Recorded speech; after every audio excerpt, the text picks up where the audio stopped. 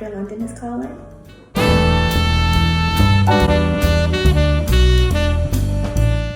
Okay, welcome back to Student Dr. London calling. I am Student Dr. London. And if you haven't already, please like, comment, and subscribe. Today we are going to talk about grieving while in medical school. So I personally am currently dealing with this now, or going through this now. So earlier this year in June 2023, I lost my godmommy. That was really hard, but also like I prepared for it because she has been suffering through dementia for a long time. And I have been visiting her every time I come home from school. And so I was already preparing in my mind mentally for when the day would come. But of course, I still felt all the emotions and all the feelings. And then during that time, I had to deal with school stuff as well. And then just a couple of weeks ago, I lost my mommy. If you all know, if you've been watching my channel, I've done a couple of videos about my mommy. She did a video about patient advocacy and telling her story. I'm not going to get too deep into her story. You can watch her video, patient advocacy. Just click the links. And then my dad also talked about being a caretaker for my mommy and how their marriage has lasted 38 years, and how he basically did all of his vows, how they did in sickness and in health, poverty and wealth, and death to us part. So getting to dealing with the loss of a loved one while in medical school, I would say dealing with the loss of a loved one while in medical school is actually one of the hardest things I've ever had to do. I'm a little getting emotional now. But it's one of the hardest things I've ever had to do because, life is going to continue to move on. Life is going to continue to progress. Time doesn't wait for anybody. And, we're going to continue to have exams. We're going to continue to have OSCEs and different ways to talk to patients and assignments and so much more. And so trying to balance doing those things and not falling behind while also taking time to grieve and feel those feelings has been really challenging. But I will say that having support system is really, really imperative. I didn't realize how much support system I had until this time came. My professors have been so accommodating and so loving. My classmates have been so great with the love that they have provided. Friends, family, everything. Through this process, however, there's one thing I didn't realize would come out of this is, as a medical student, is being able to really and truly be there for my family and help them understand the process. So my mom and dad, in my last video, you saw that my dad was a match for my mom and his kidney. So they underwent the kidney transplant and it was fine. It was great. I found out my mom had an underlying condition and her colon was completely dead. It was black. And the doctors didn't know how or why or what happened. But through this time, the doctors were able to communicate with me because I am in medical school. I was able to understand the terminology. I was able to understand what was being presented to me and be able to explain it to my family. From the news of when she first came out of surgery all the way until when they had to take her back to surgery to the time of her passing, I was able to be that liaison between the doctors and between my family. And it made me feel really good. And it was confirmation on why I'm doing this. It was confirmation on why I'm here.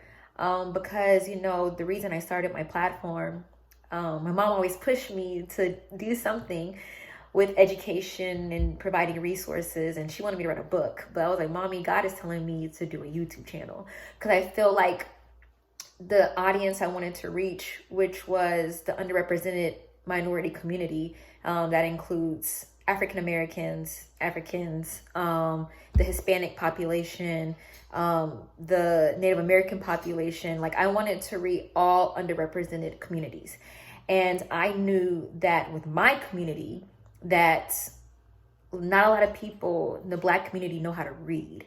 So why would I write a book if my community doesn't even know how to read or understand basic terminology? I would be doing a disservice to my community.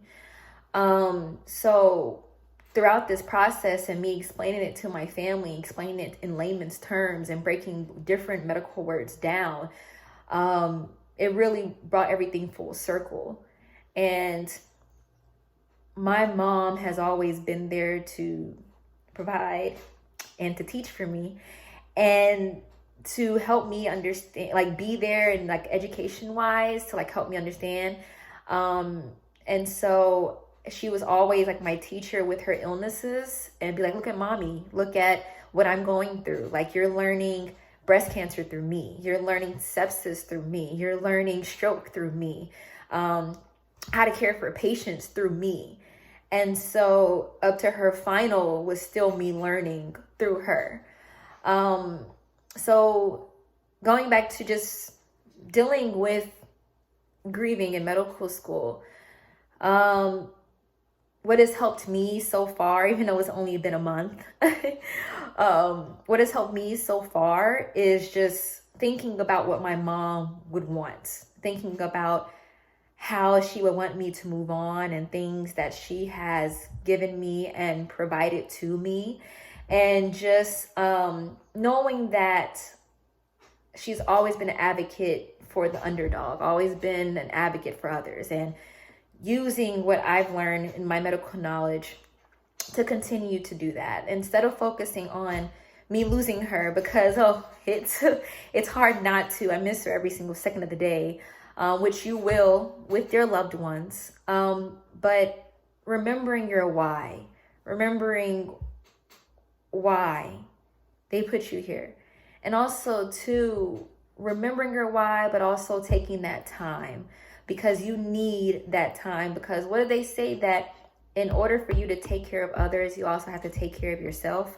So if you have to take that necessary time, whether that's a week or two, and communicate that with your school, do so, because it pays off in the long run. I know I can't talk for long, as I'm still, that's just been a month, but that's what I've experienced so far. Like, I took a week or two off to just really plan for my mom's, homegoing, but also to a week to just get my mind right before I jump right into studying. That's necessary, leaning on support system and others, because what I found out during this time too is that a lot of my classmates, my peers, people who are M3s, M4s, residents have reached out to me, and and even the professors have told me that I lost my mom last year, or I lost my dad recently, or my grandma. And you never know how much of a community you have until you're able to share with others, and to know that you're not alone through this is key. And knowing that you're able to just lean on others. We're so easy to be like, I'm isolating, because medical field is an isolating profession. But you also got to realize that we're all going through this together, maybe in different ways, in different times, but we are all going through it together. And my therapist taught me to write down my emotions, write down what I'm feeling. And so every time I'm feeling an emotion or feeling something, I've made the time to write down in my notes, I'm feeling this because of this day, and I started missing my mom because of blah blah blah. So you're getting it out of your mind and onto a piece of paper, so it won't cloud your way of thinking and your way of judgment. But that is what I've learned. That's what I've gone through so far. That is the experience that I've experienced. I wanted to share that with you all, and I really hope that is able to help you in your grieving process, during your time of bereavement, even like after. Maybe it's like a couple of months later, maybe it's a year or so later, and you're feeling this, but to know that you're not alone feeling this way, and we all are here for you. No matter your community, we're here. And so thanks for watching. And I hope to see you in the next video. Bye. You know, your hearts are so big, and they always have been for me, and I really appreciate you. Value more than you ever know. And it's amazing that many of you know all the intricate details of my story, but many of you don't. I had breast cancer in 2014, and that was the beginning of my journey, and it's been a tremendous journey. It's been very, very trying, very challenging, but also I found the beauty in it, right? Sometimes you gotta find the beauty in it. And I believe I truly asked for it. Whether you believe it or not, I think I did. Because I said, God, I'm ready to go to the next level of my ministry. I'm ready to have a larger platform so I can empower women to fulfill their destiny. And so you never know how that's gonna come, or what form, or what shape, or what you're gonna be having, what you have to deal with in order to overcome, to show people that God is still in the healing business. Because He is. He's still in the healing business. So ever since 2014, every year, or every 2-3 years after each year, I had something else different. I had breast cancer, I had a stroke, I had heart failure, I had sepsis. Anybody know what sepsis is? He said, Deanna, that is a blood infection that goes throughout your whole body. And It's serious. yeah, and it can happen when you go in for a regular routine checkup. You can go in for colonoscopy or anything, and a lot of people. A complication. Yeah, maybe a complication, and they can be septic and have sepsis. But now I know it's a thing, so I can educate others on it.